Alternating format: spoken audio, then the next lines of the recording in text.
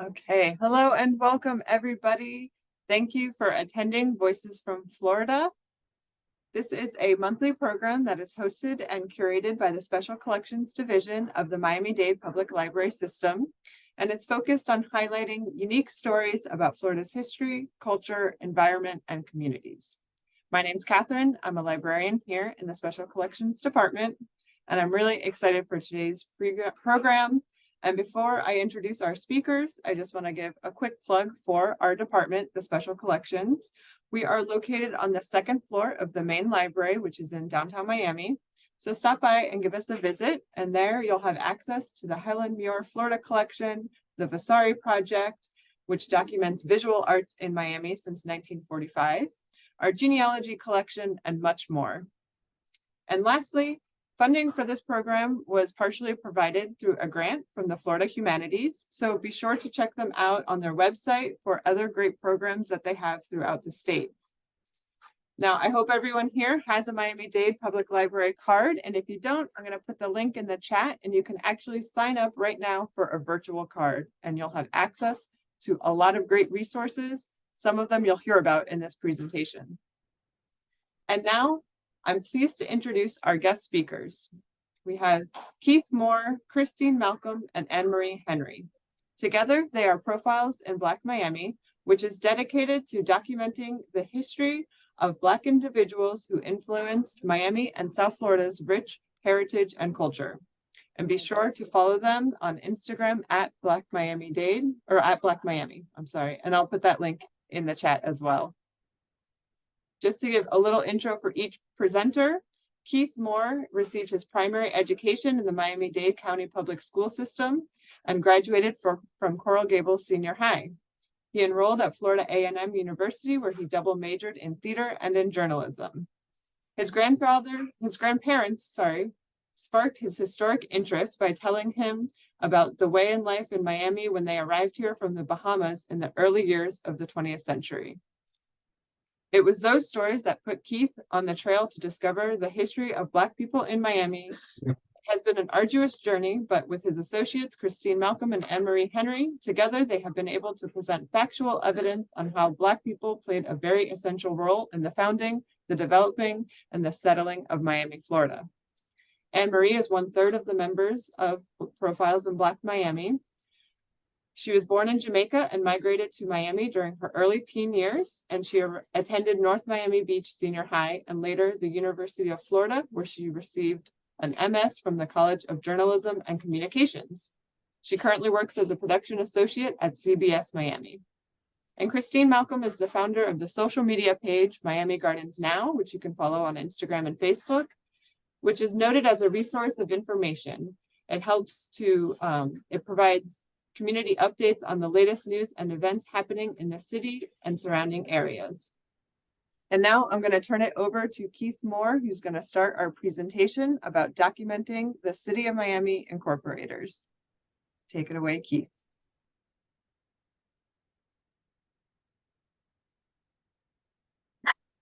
Okay, thank you, Catherine. Hello, my name is Keith Moore.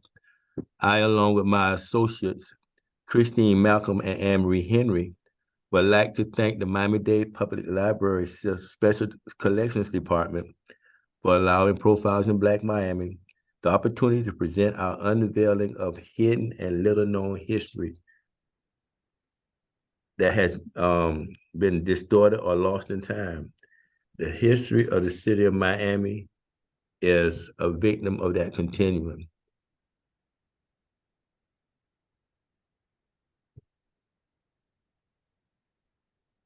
On July 28, 1896, the City of Miami incorporated.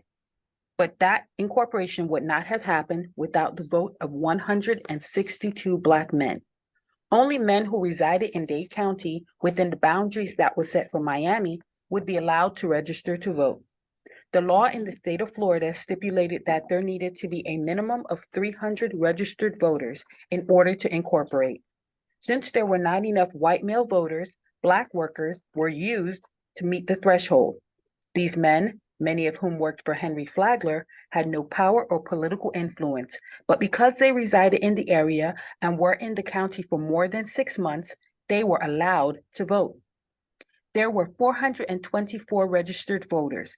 That's 243 white males, 181 black males. On voting day, 368 were present.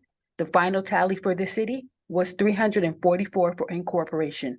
That's 206 white men and 162 black men.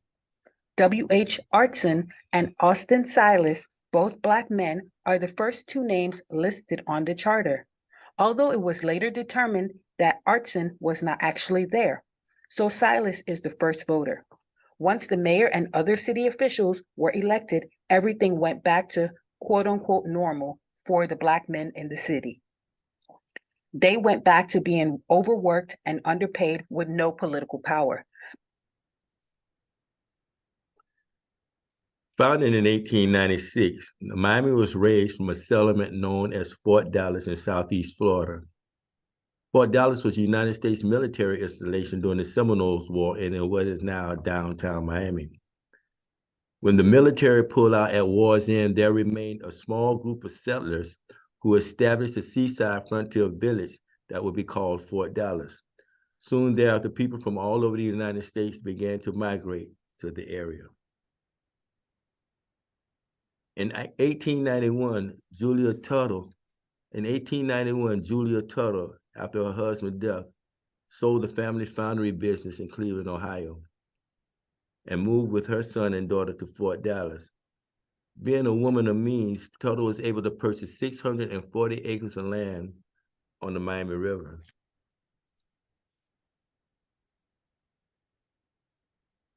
It was Julia Tuttle, along with Mary Brickell, whose family settled in South Florida in 1871 and established a trading post on the mouth of the Miami River, that would convince railroad tycoon Henry Flagler to extend his railways from West Palm Beach to Fort Dallas.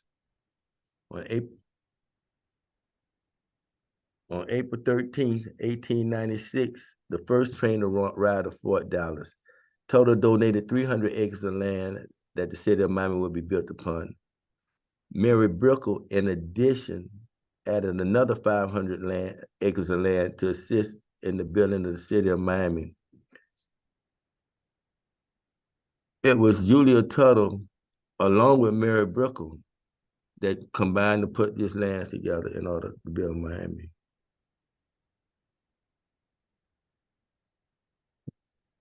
On April 13th, the first train arrived to Miami. This is Henry Flagler, the tycoon that brought the train that built the rails that got us to Miami. The state of Florida mandated that 300 registered voters had to live in an area or a settlement in order to charter said area or settlement into a city. There were more than 300 people in Miami at the time, but a large percentage of them were women, and at the time, women didn't have the right to vote. So 162 Black laborers were registered as voters to sign the charter that would incorporate the city of Miami. There are various accounts pertaining to Miami historic's beginnings. The Questa Journal reports from articles from Miami's earliest newspaper, the Miami Metropolis, that 502 votes were needed to create the city, with 100 of them being Black incorporators. Now, on the City of Miami website, it says that a third of the incorporators were Bahamian immigrants.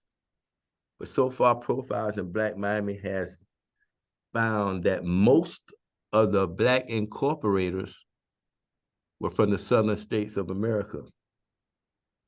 There were 424 registered voters in 1896. On voting day, 368 voters were present, 162 of them being Black, and 182 were white. Combined, there was a total of 344 votes that would incorporate the city of Miami. Historian Dr. Dorothy Jenkins Fields launched an investigation that would set true to record those men that signed the charter to incorporate Miami. Now, here's a slide of the Supreme Court justices from 1896 that made a decision in the Plessy versus Ferguson case to legalize separate but equal Jim Crow laws in America. Miami, at the time of its incorporated, embraced these laws, even though those who wanted to incorporate and build a city relied heavily on Black laborers to do so. Many early Black Bahamian settlers like E.W.F. Sturb, who was a large real estate owner in Coconut Grove, refused to assign the charter to incorporate Miami. You see, Coconut Grove was established in 1873, 23 years before the city of Miami was founded, and had a more inclusive attitude towards its Black citizens and wanted nothing to do with the city of Miami that was being developed at the time. When my uncle, Dr. S.H. Johnson, was growing up, and my uncle also remembered very vividly Black men sitting outside the area where the lyric is now, laughing and talking and boasting that they helped make Miami a city. We have a copy of the original charter, and all of the names, in fact, the description of the area to be incorporated are all written in the hand of the clerk of the court of the time, so that none of the men, Black or white, signed the charter. Next to each man's name is his race. And that really is what got me excited about archives, about documents, about finding them and reading them and interpreting them and using them to help us better understand the Black experience in Miami-Dade County. But see, Miami wasn't incorporated to 1896. It was all due to the railroad. It was Flagler. Flagler brought, so he probably brought them down from the South to work on the railroad. And I'm sure just about all of those Black incorporators were probably from the South, because the people in the Grove didn't want any part of the incorporation of Miami. But Flagler wanted it to make it a city, and he used them to sign because he didn't have enough whites. And then once they signed and Miami was incorporated, they were disenfranchised. A lot of the laborers that came to build the city of Miami did come from the South, did come from other than the Bahamas. Miami was typical of the segregated communities of the era. Coconut Grove was not typical. The men that signed the charter to incorporate the city of Miami came from all walks of life.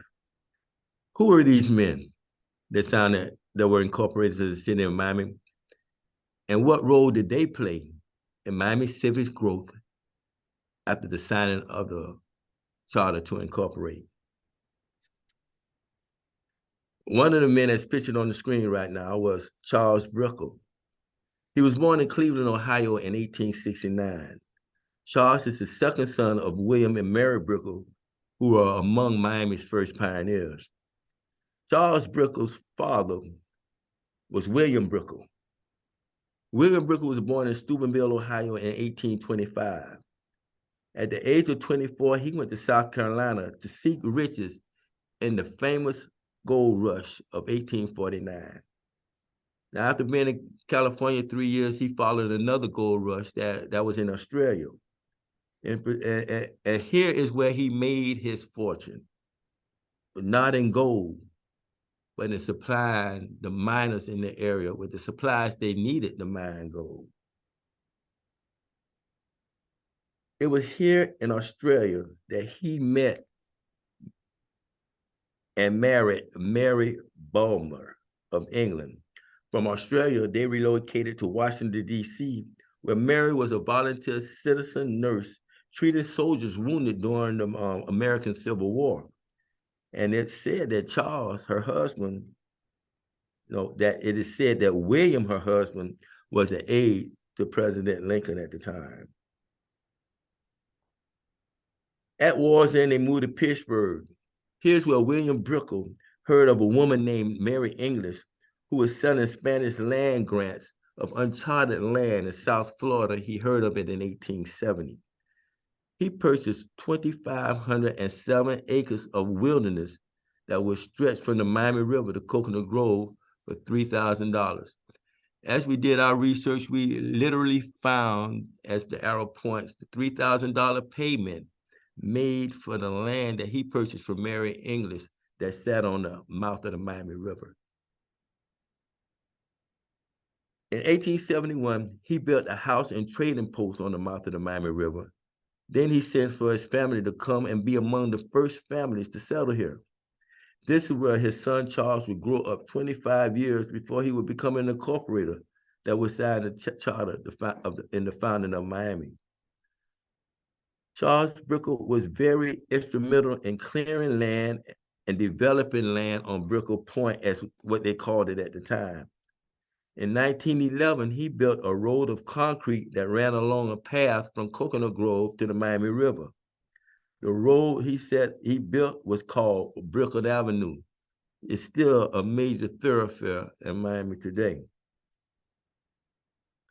Now, Charles Brickell built a very luxurious housing edifice known as the Brickell Apartments.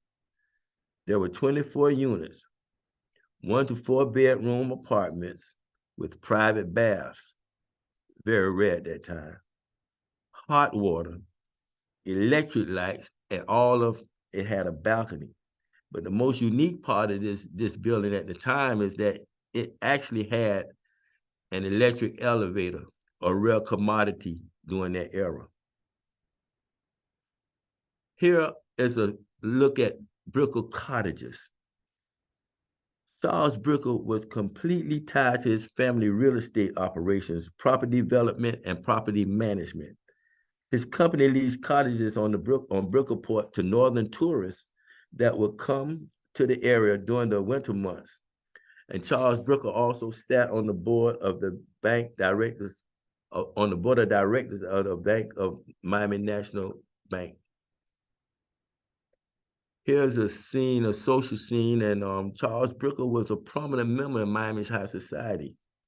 He was among the first to have an automobile, and he often attended high society events. And Charles Brickell was a member of the Biscayne Yacht Club.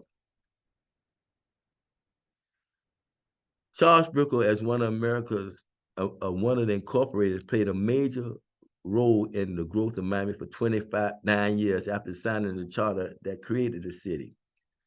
But while in Miami visiting from Pennsylvania, Charles Brickell died suddenly from a fatal heart attack on August 4th, 1924.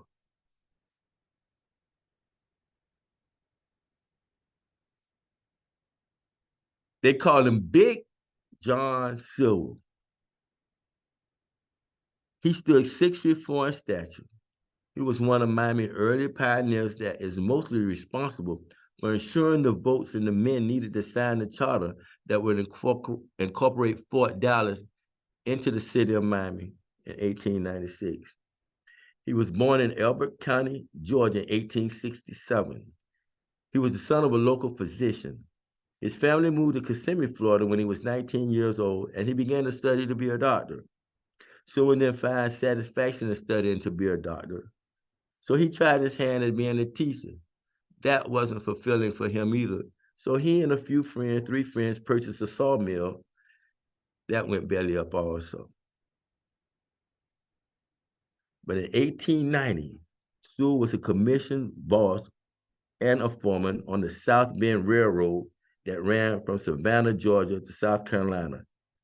In 1892, Sewell began to lay tracks for Henry Flagler's East Florida East Coast Railway. His first assigned task was laying railway tracks from Daytona to Rutledge, Florida. His next move in the organization, Flagler's organization, was to the hotel construction division.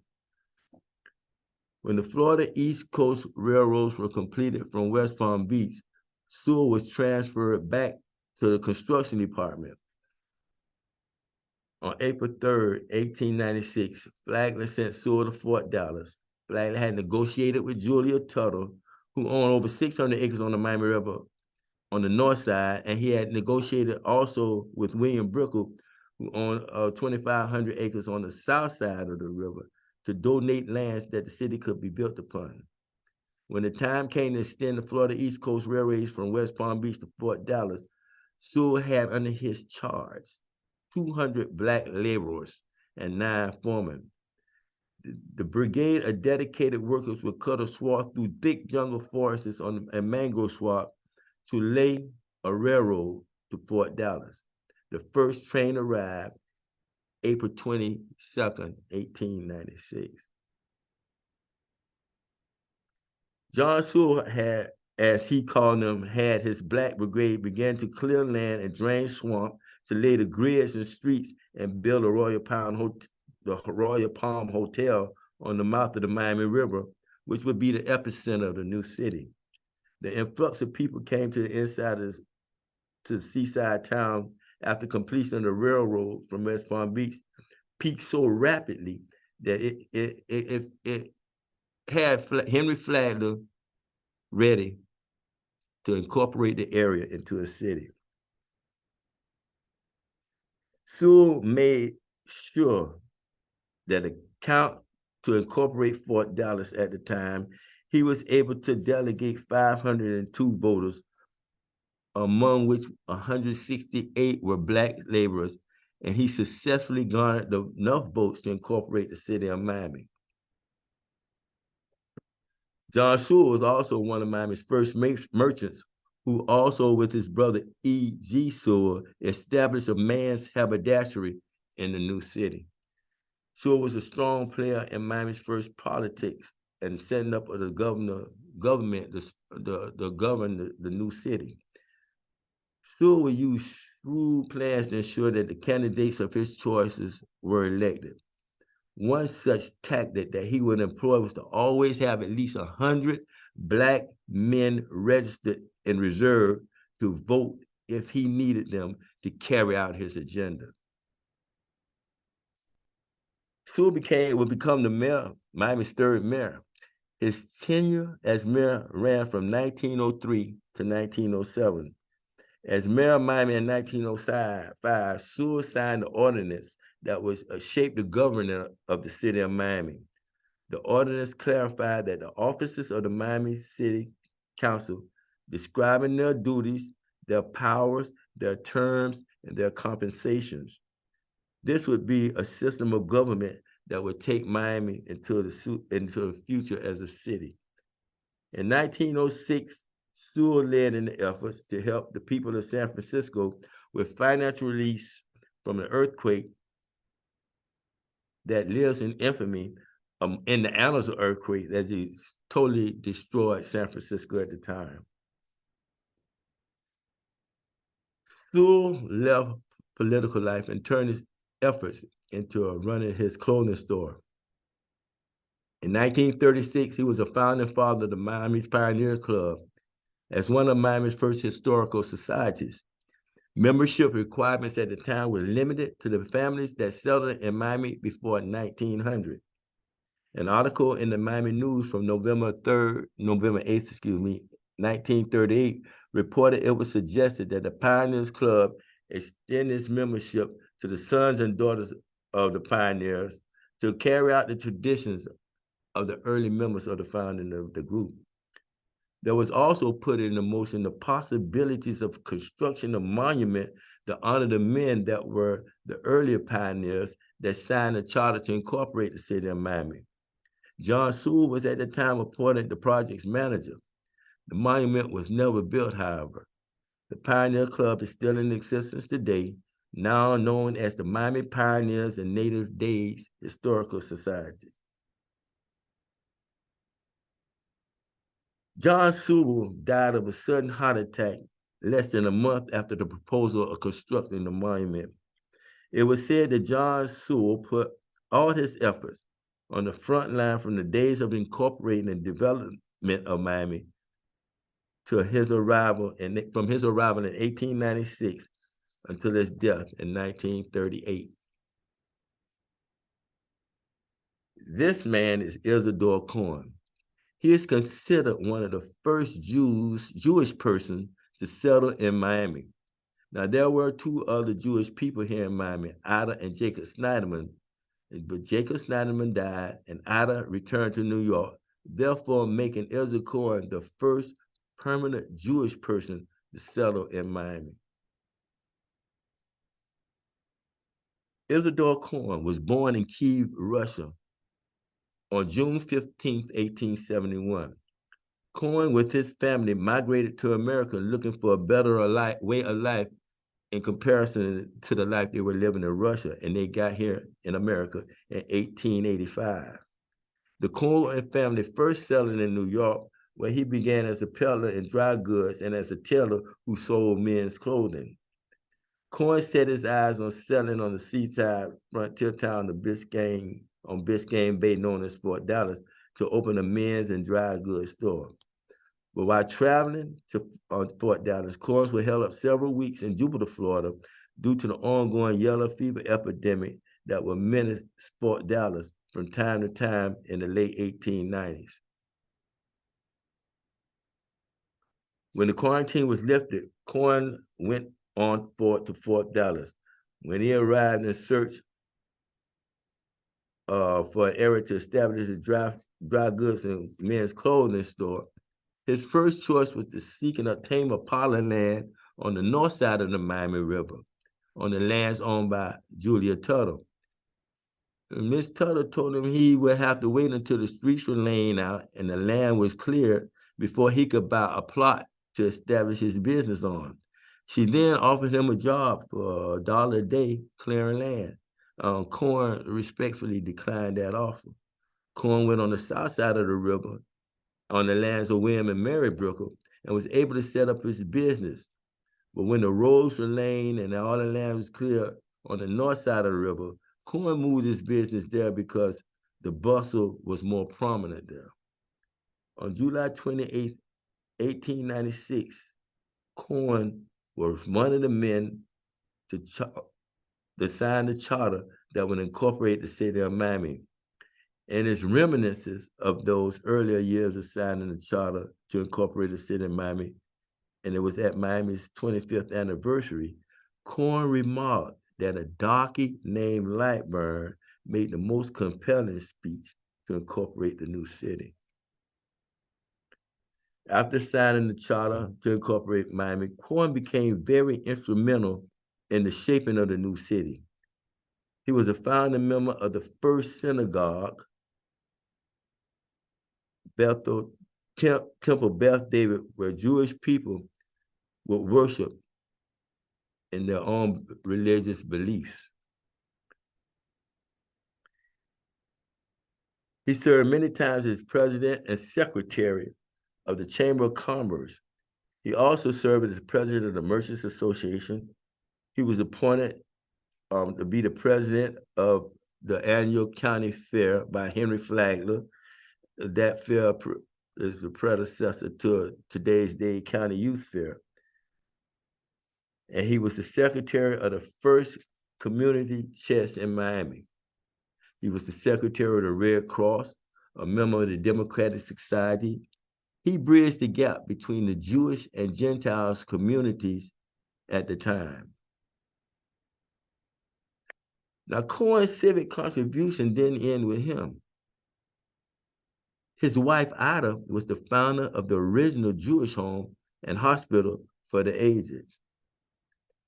Cohen's daughter, Claire, was one of the first was in the first graduating class from the University of Miami. She was also involved in the scrap drive during World War II. Claire was the founder of the March of Dimes in Miami and a founder of the Museum of Science. On April 26, 1951, Isidore Cohen died at the age of 80 years old. He was eulogized as a sort of basic industry and far-seeing purpose that in little over a half a century developed the great modern international metropolis known as Miami. These men I just spoke of were those men that signed the charter It was part of the first legacy incorporated and established a civic in Miami.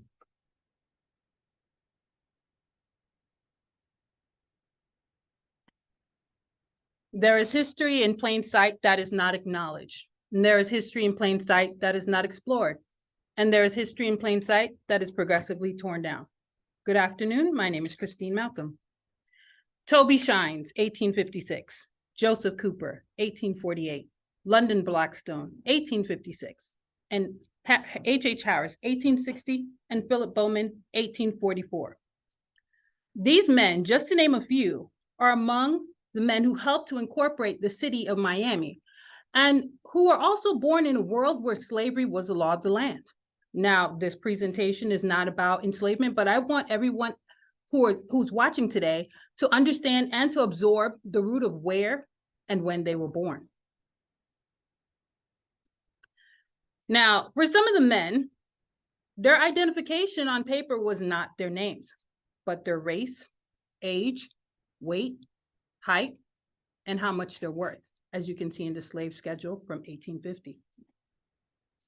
Now, I can only surmise that none of these men ever thought that they would be part of an incorporation of a city, let alone one that would grow into a bustling metropolis.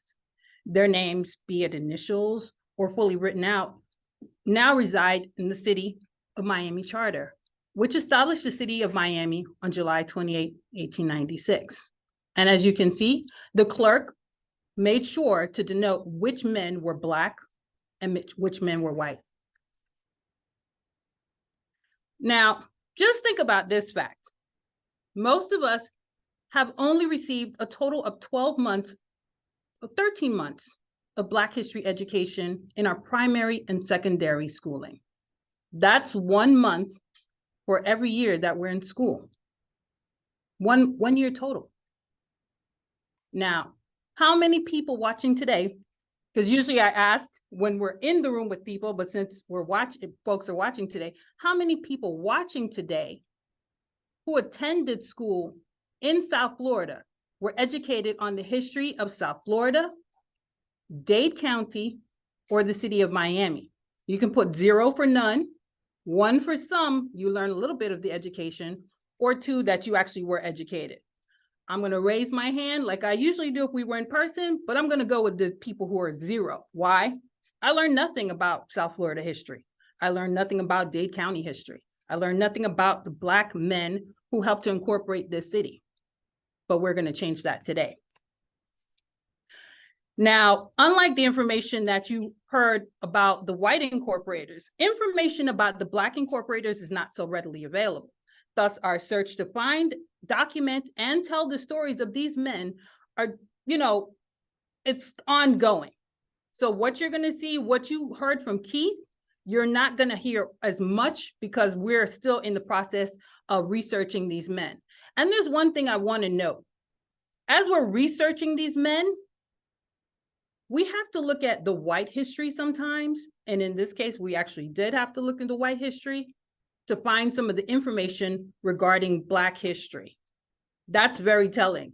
It's 2023. Think about it, 2023, and we still have to go back to information that was in books in 1896, 1920, because it's not so readily available. Newspaper articles, because we're still searching. There are a lot of things that we still don't know.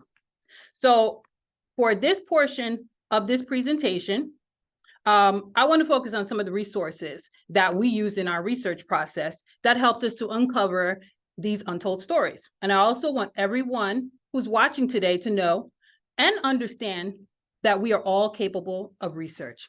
It just takes time, patience, and perseverance. Now, the end goal is to find facts, verify them to the best of your ability, and tell a story.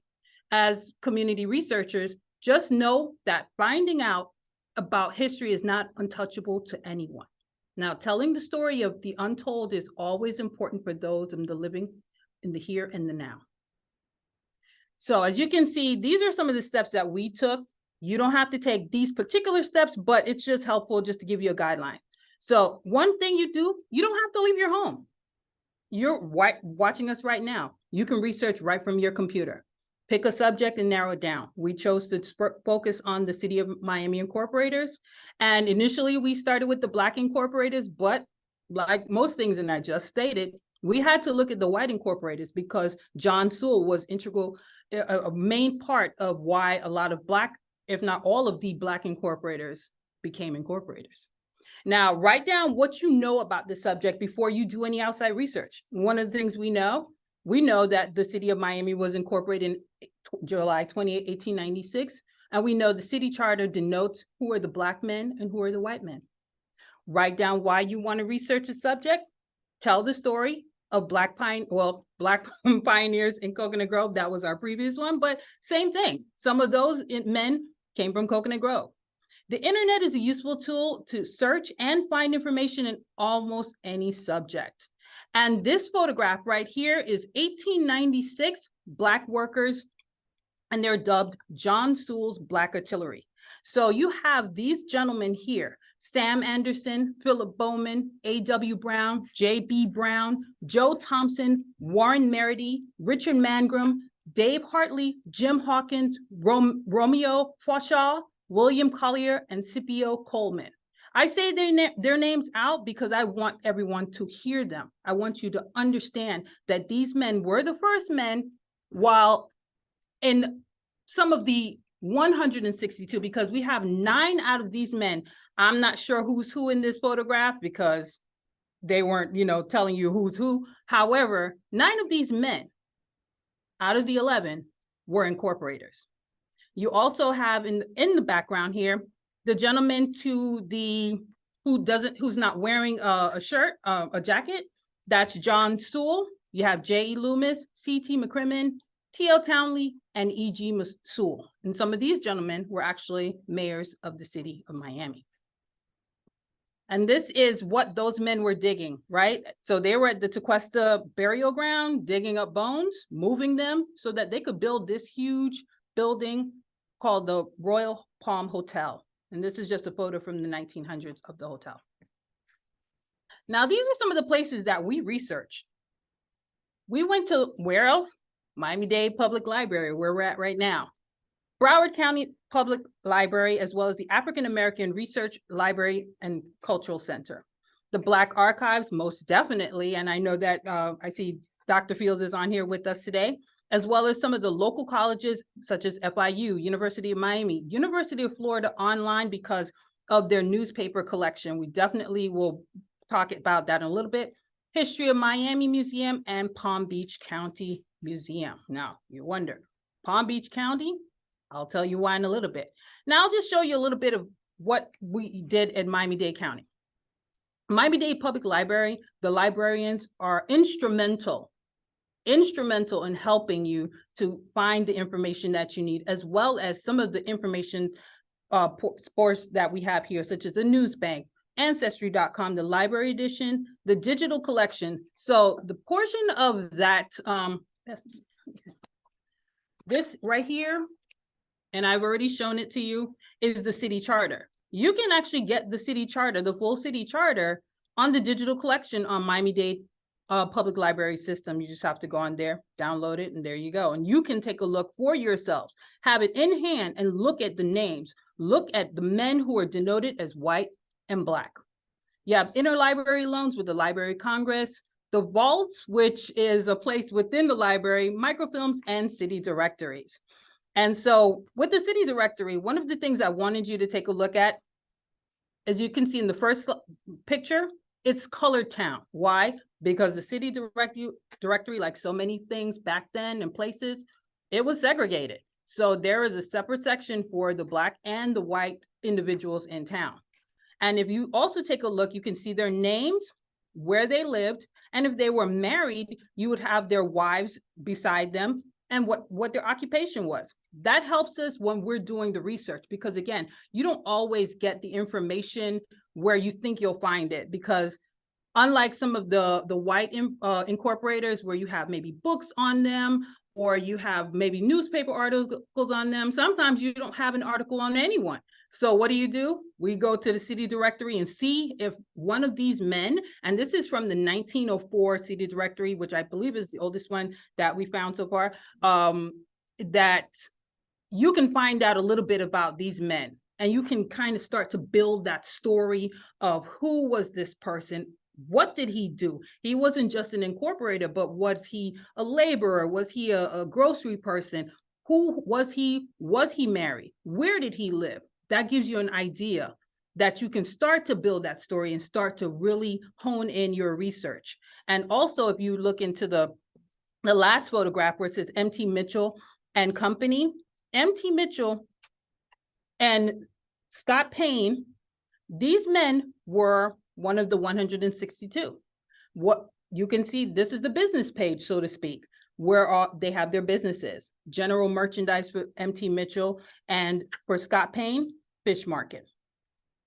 So here we are at the Palm Beach County Museum. Why Palm Beach County?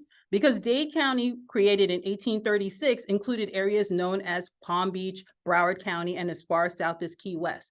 And on January 1st, 1909, Palm Beach County was created. Thus, they were separated Dade County, which means 1896, some of these men were actually living possibly in Palm Beach County, or they came from Palm Beach County to build the hotel as well as the train. So we have to look from Juno Beach all the way to Key West to find out information. It's not just Miami-Dade County, as some may think.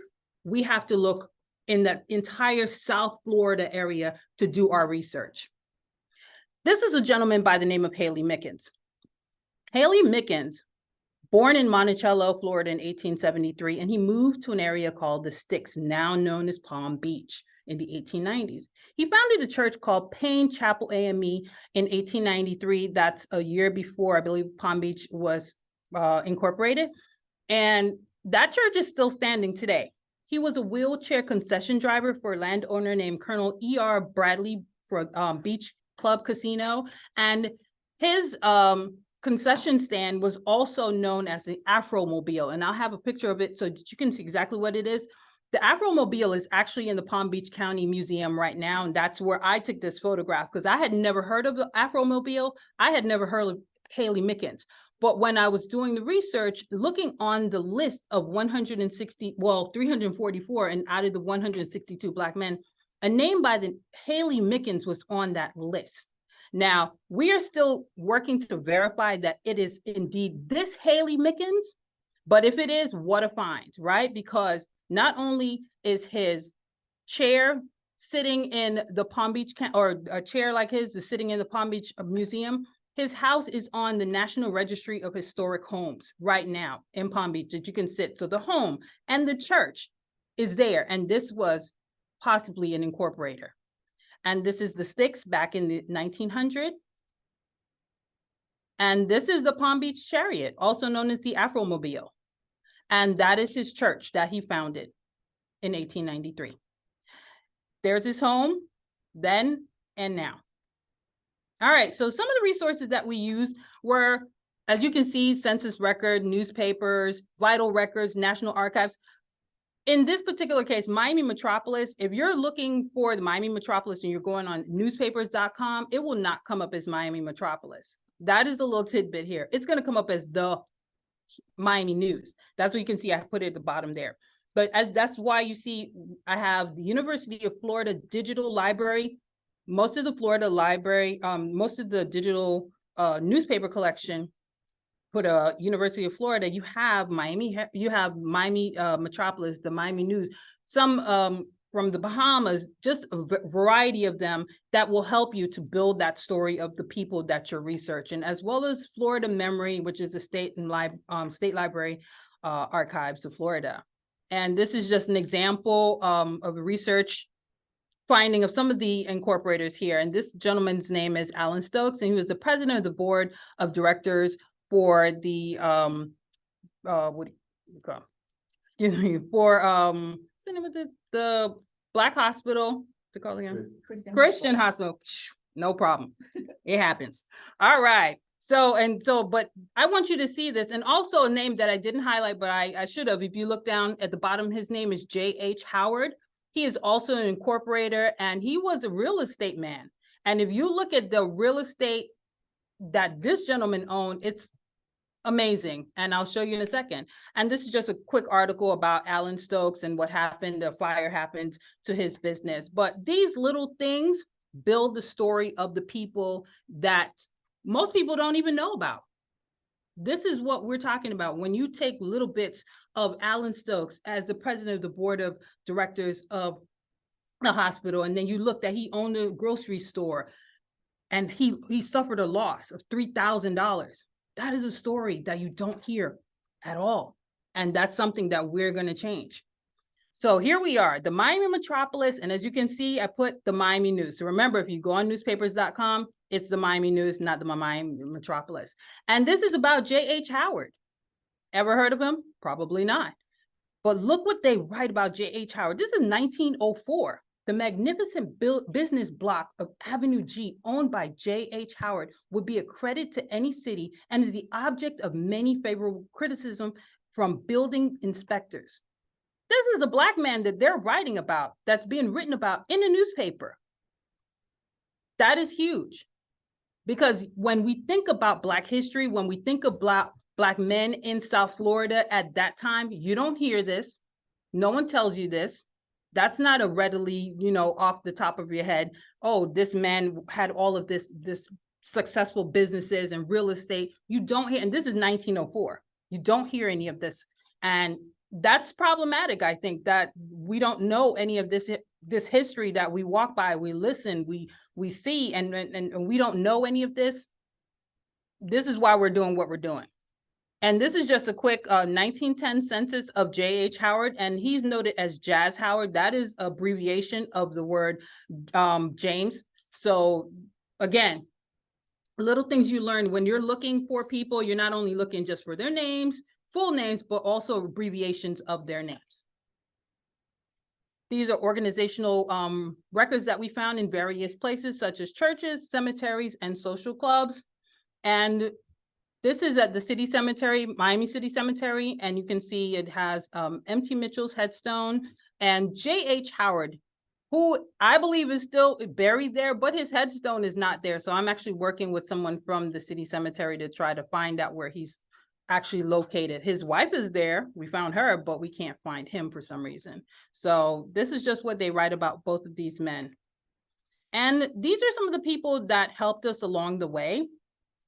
Dr. Dorothy Jenkins Fields, Dr. Enid Pinkney, Seth Bramson, Dr. Paul George, Dr. Marvin Dunn, and the family members, Isidore Cohen, A.C. Lightbourne, and of course, Mrs. Thelma Gibson. And there's another gentleman who came to our last presentation, and he gave us something that, quite frankly, I didn't even think about, but I'm not going to say his name because I don't know if he wants to say his name, but he gave us this program of one of the incorporators, and his name is Lee Bryant. I'm not sure. Oh, there we go. His name is Lee Bryant. And this is 10 years ago, actually, 2013. So just so that you know, sometimes we are doing things, we may not know about it, but someone sees what we're doing, they have something that they want us to either take a picture of, or they're actually giving it to us to help us in our research to find out a little bit more about the people that we're talking about. And then this gentleman right here, A.C. Lightbourne. Now, we were at the Black Archives doing research, went to Jackson's, and had seen this name in Dr. Dunn's book, but never really thought too much about it. Walking back to the Black Archives, and this name is right on the building, and it's on the building of a church that he founded, Bethel AME Church, that's standing right now today in Overtown. The church is there. So again, this is something from history that we don't talk about, but it's there. We drive by it. We worship in it. We look at it and we take pictures of it. But we don't know to appreciate it because we're not taught about it. And Anne-Marie is going to go into a little bit more about who this gentleman was and who he's connected to today. in Miami-Dade County.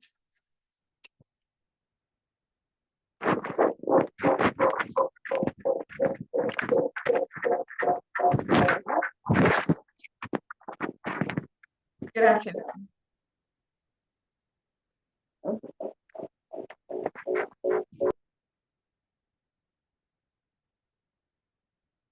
Isidore Cohen stated that a darky named Lightborn made the most compelling speech at the meeting to incorporate the city of Miami. What did Lightborn say at that meeting that caused Isidore Cohen to make that statement in 1911 and then again in 1921, years after Lightborn's death in 1908? We don't know what Lightborn said, but we at Profiles in Black Miami, we made, by the way, this is a picture of Lightborn, so sorry. We took some creative license as far as what he might have said based on his life that he had led so far.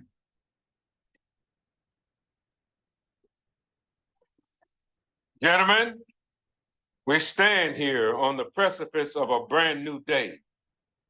As we, through our toil and efforts, will bring forth a brand new city, where every man will have a role to play in this new Jerusalem.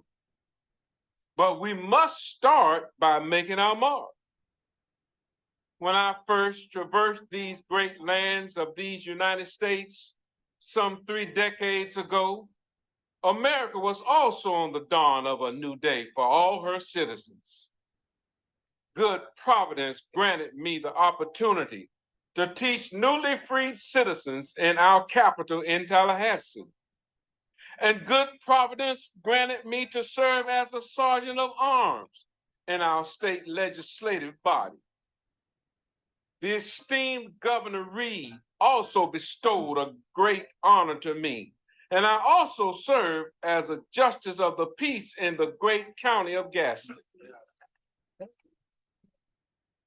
Providence has been kind.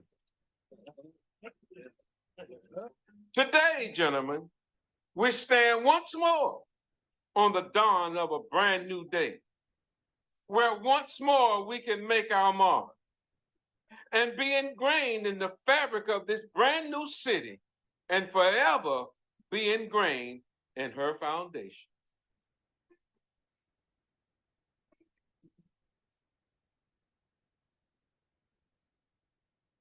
The Miami News Special Contribution Editor, Howard Kleinberg, wrote an article in 1991 entitled Discovering Black Participation in Miami's Birth.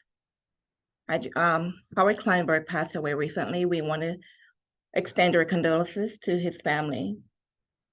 But in 1991, he wrote an article, and he also was intrigued by Isidore Cohen's statement and wanted to know more about this darky named Lightborn.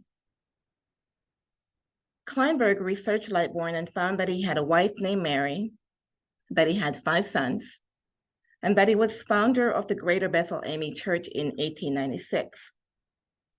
That Lightborn was a superintendent for his church, and that he lived at 520 4th Street, which is today's 8th Street and Northwest First Place, which is in Overtown today.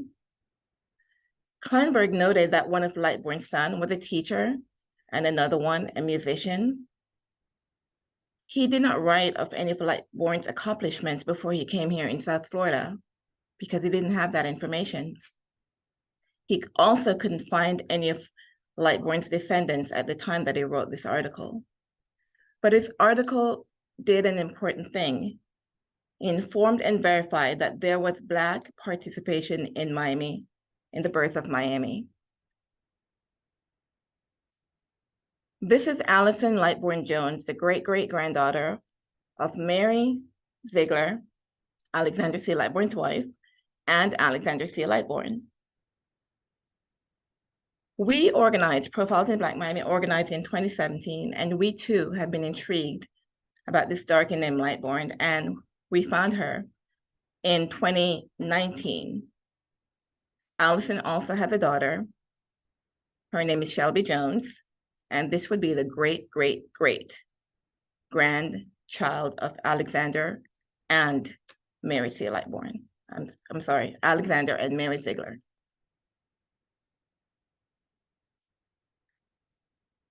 In 2021, the city of Miami recognized Alexander C. Lightbourne contributions to the city and proclaimed him to be a distinguished citizen.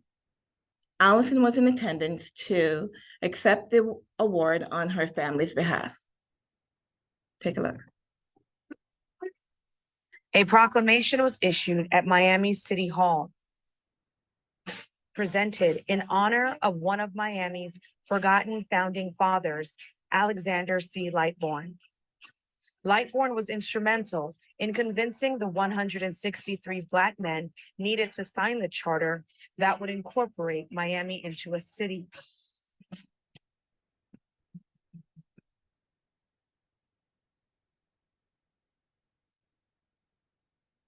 To accept the proclamation from the City of Miami Commission in her great-great-grandfather's name was Allison Lightbourne Jones. The City of Miami Distinguished Citizen presented to Alexander C. Lightbourne.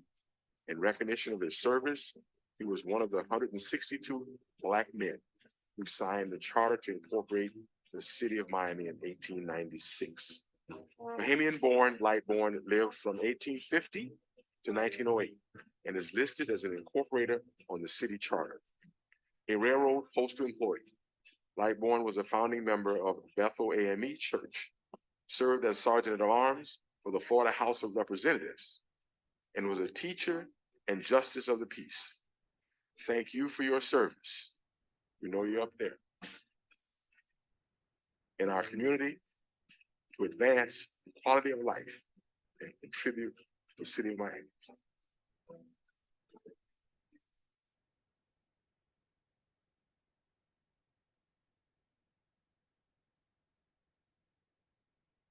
From what I understand with his personality, yes, he was he didn't want to be just seen, he wanted to be heard. And that type of dynamic is just outstanding in that time period.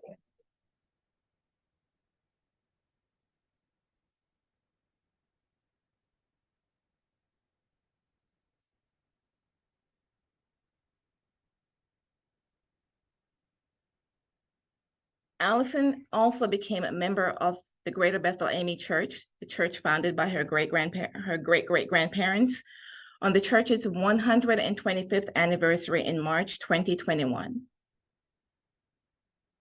Now, Mary Ziegler was the wife of Alexander C. Lightbourne, as I stated before.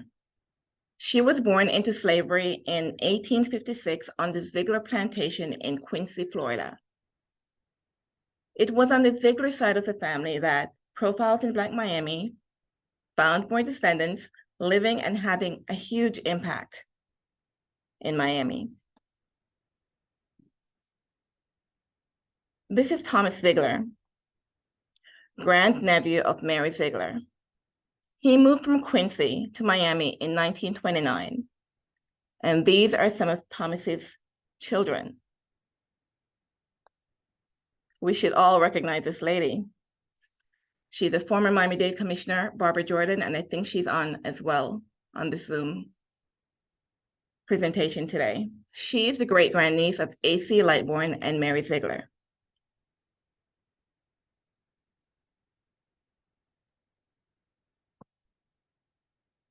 Let's take a look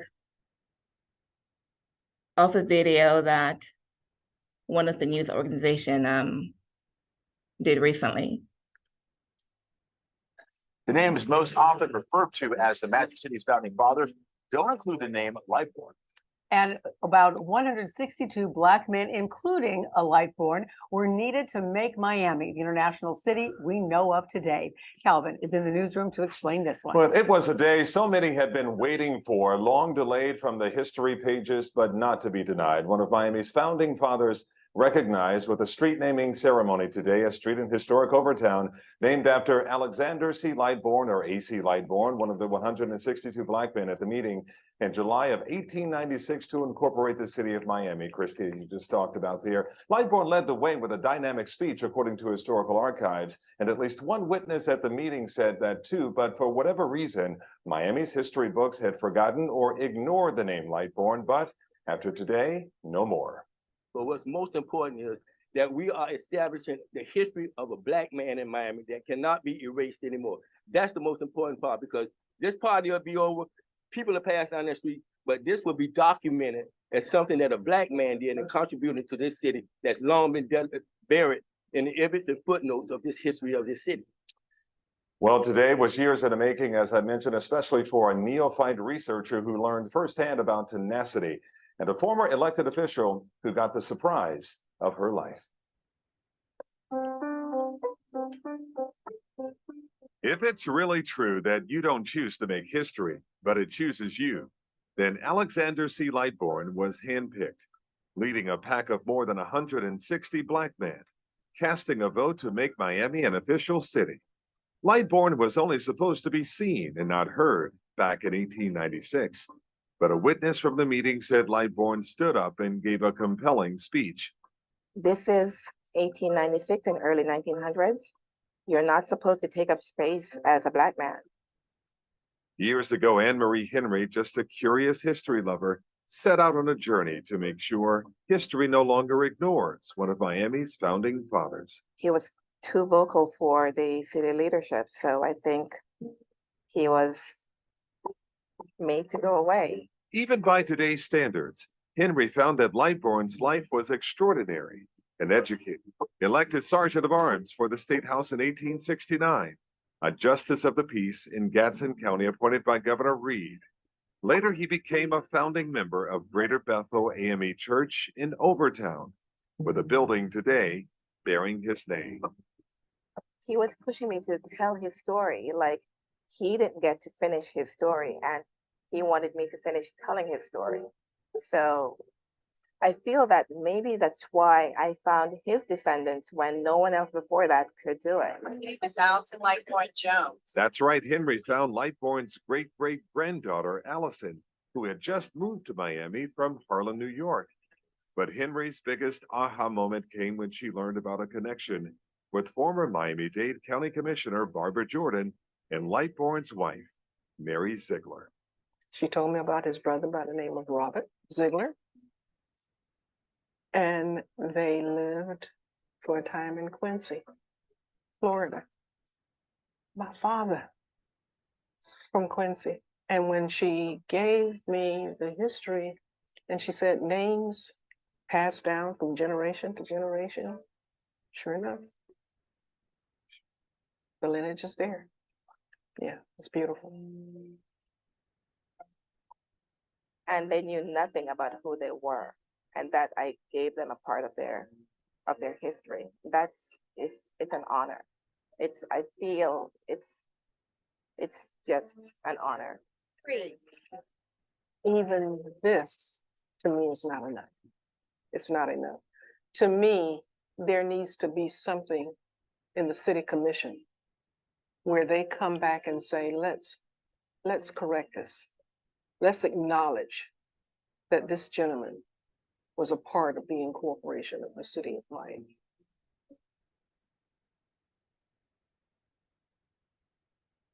You know, former Commissioner Jordan, she was on the county commission for a long time, I think about 16 years.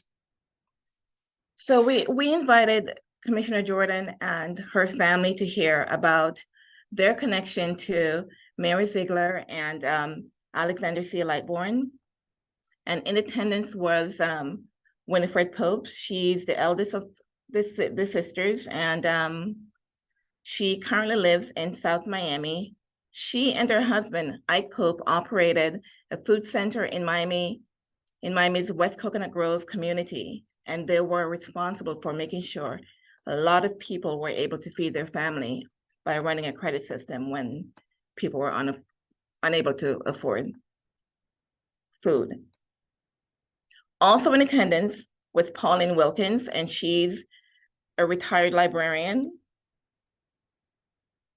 Miss Pat Wood, she's a retired educator with the Miami-Dade school system. And Charity Ziegler, well, she was not there, but she's also one of the sisters. She worked for the Jackson Memorial System as part of the administration staff. The Lightborns were also in attendance for the street naming ceremony, as you can see in the video from that last video. And this happened in February 2023 this year. You may watch that video on Facebook and on YouTube. And the ceremony took place at the Greater Bethel AME Church, the church founded by Mary Ziegler and Alexander C. Lightborn. Today, Northwest 5th Street, between Northwest 1st Place, 5th Street to 8th Street, between Northwest 1st Place and 2nd Avenue, very close to where Lightborn's house was located, is now the Alexander C. Lightborn Place. There's so many people along the way who gave little bits of information so that we're now here where we are right now to talk about Lightborn. Starting with Isidore Cohen, who plucked him out of obscurity and gave us such vital information about Black people being there, that they were needed to make Miami a city. And that one of them gave the most important speech. To today, where we now have a street bearing Lightborn's name. Alexander and Mary Lightborn were some of the very first settlers to come to the Fort Dallas area and became very instrumental in Miami Civic's growth and creating a legacy for generations to come. And these are just some of the stories that we are uncovering in Profiles in Black Miami. Our goal is to chronicle the history of Black Miami from the mid-19th century to the present day. If you have any questions, please feel to contact us at our email profilesinblackmiami@gmail.com. Thank you.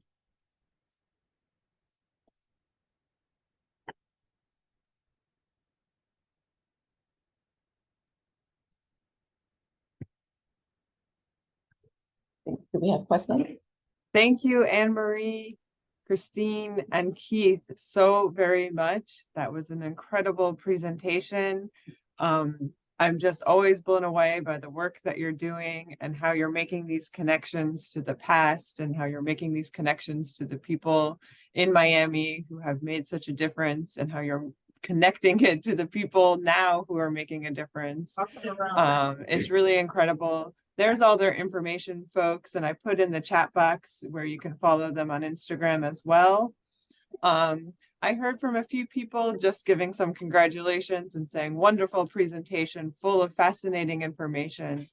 Thank you for sharing your research and your resources. I only saw one question come in, which was actually about the spelling of his name, because we did see it spelled a few different ways, Lightburn or Lightborn. So I wonder if you could just speak briefly on that and maybe how sort of those records gave you that information.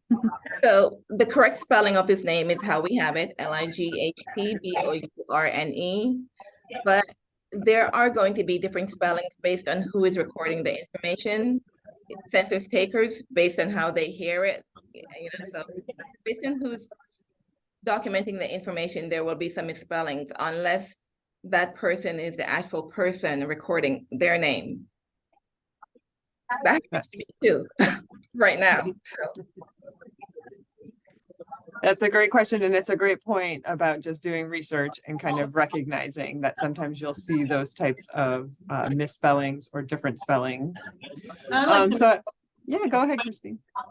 That's also one of the things that you want to note, because with Lightborn, it's Lightburn, Lightborn with an E, Lightborn without an E, Lightburn, like it depends on an Alexander C, AC. So all of those things you have to note in your book when you're like, for instance, I have this book that I walk around with their names. I also have it on a spreadsheet on my phone. So if I hear or I see something about one of these men, I can always note it. Okay, this was the way they spelled it in the census, or this is the way they spelled it at the church.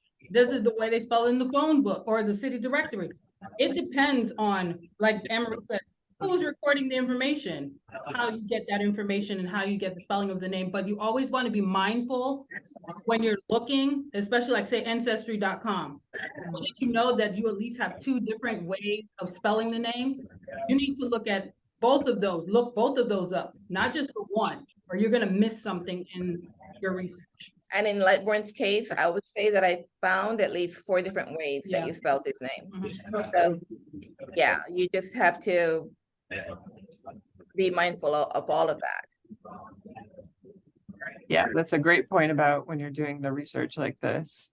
Now, I know we have a couple people joining us who made appearances throughout your presentation. And so I don't know if anyone wants to turn on their camera or ask questions that way. Feel free to turn on your mic and ask questions to join if you'd like. We just have a couple minutes here, but I know, again, this was just a really great presentation. Oh, and I see even in the presentation, I mean, in the participants here, we have someone who's listed themselves as Isidore Cohen's great-granddaughter is joining us. Yes, thank you so much, Ms. Winston. Yes. Okay. Yes, Thank you for coming. Hey, how you doing? That's It's fantastic. a great presentation. I'm very happy to be here. It was wonderful. It was so nicely presented. Thank you, guys. No, thank you. And we are so grateful to your great-great-grandfather for, you know, if it wasn't for him, we wouldn't have the information that we have today. So we are forever grateful to him. Of course, and very happy to hear the stories and continue to gather and get together and continue to speak about history and bring it to light. Yes. Thank you. Thank you. Fantastic. Thank you so much. Well, if we don't have any other questions or comments, again, feel free, you know, people can Hi. unmute themselves. Hello. Yes. Hi, Dr. Dorothy Fields. I'm in Jacksonville in the hotel, and so I'm not hearing you too clearly, but I hope you can hear me. Yes. I am just ecstatic. The work that this team has done and what they are doing. I wrote a little bit about it in the chat, but I just wanted you to hear my voice in saying how much they bring, how much value they bring to the research. Some of the things that they have uncovered were not known in the 20th century. And had it not been for them, we might never know information that needs to be a part of the curriculum, that needs to be a part of our everyday knowledge of Miami's Black history. And so to this team who on their own, self-taught, are discovering gems of our history about the incorporators, and many of the incorporators, as was said, were laborers who helped build Miami the first part of the 20th century. And so to you, I say, keep going. I know that research can be very difficult, especially when you are working full-time. You know my story, but you are doing a tremendous job.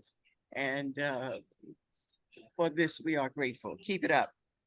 And we are grateful to you, Dr. Fields, for all of that you've done to gather and archive our information. You are so important to what we do, and thank you so much. We are grateful to you, to Dr. Dunn, and for everyone who's given us little bits of information that we can join together to get to where we are today. And thank you to the library, because remember, it was in '74, May of '74, that I went to the library and they told me, special collections, that they only had a folder with obituaries. And I asked why, and the answer they gave changed my life and the entire life of the community as it relates to Black history. And they said, I guess those people haven't thought enough of themselves to write their history. They were wrong then and they're wrong now. So be it. Absolutely. Thank you, Special Collections, for coming full circle. Hello. Yes. We're It's a happy full circle moment to, everywhere. yes.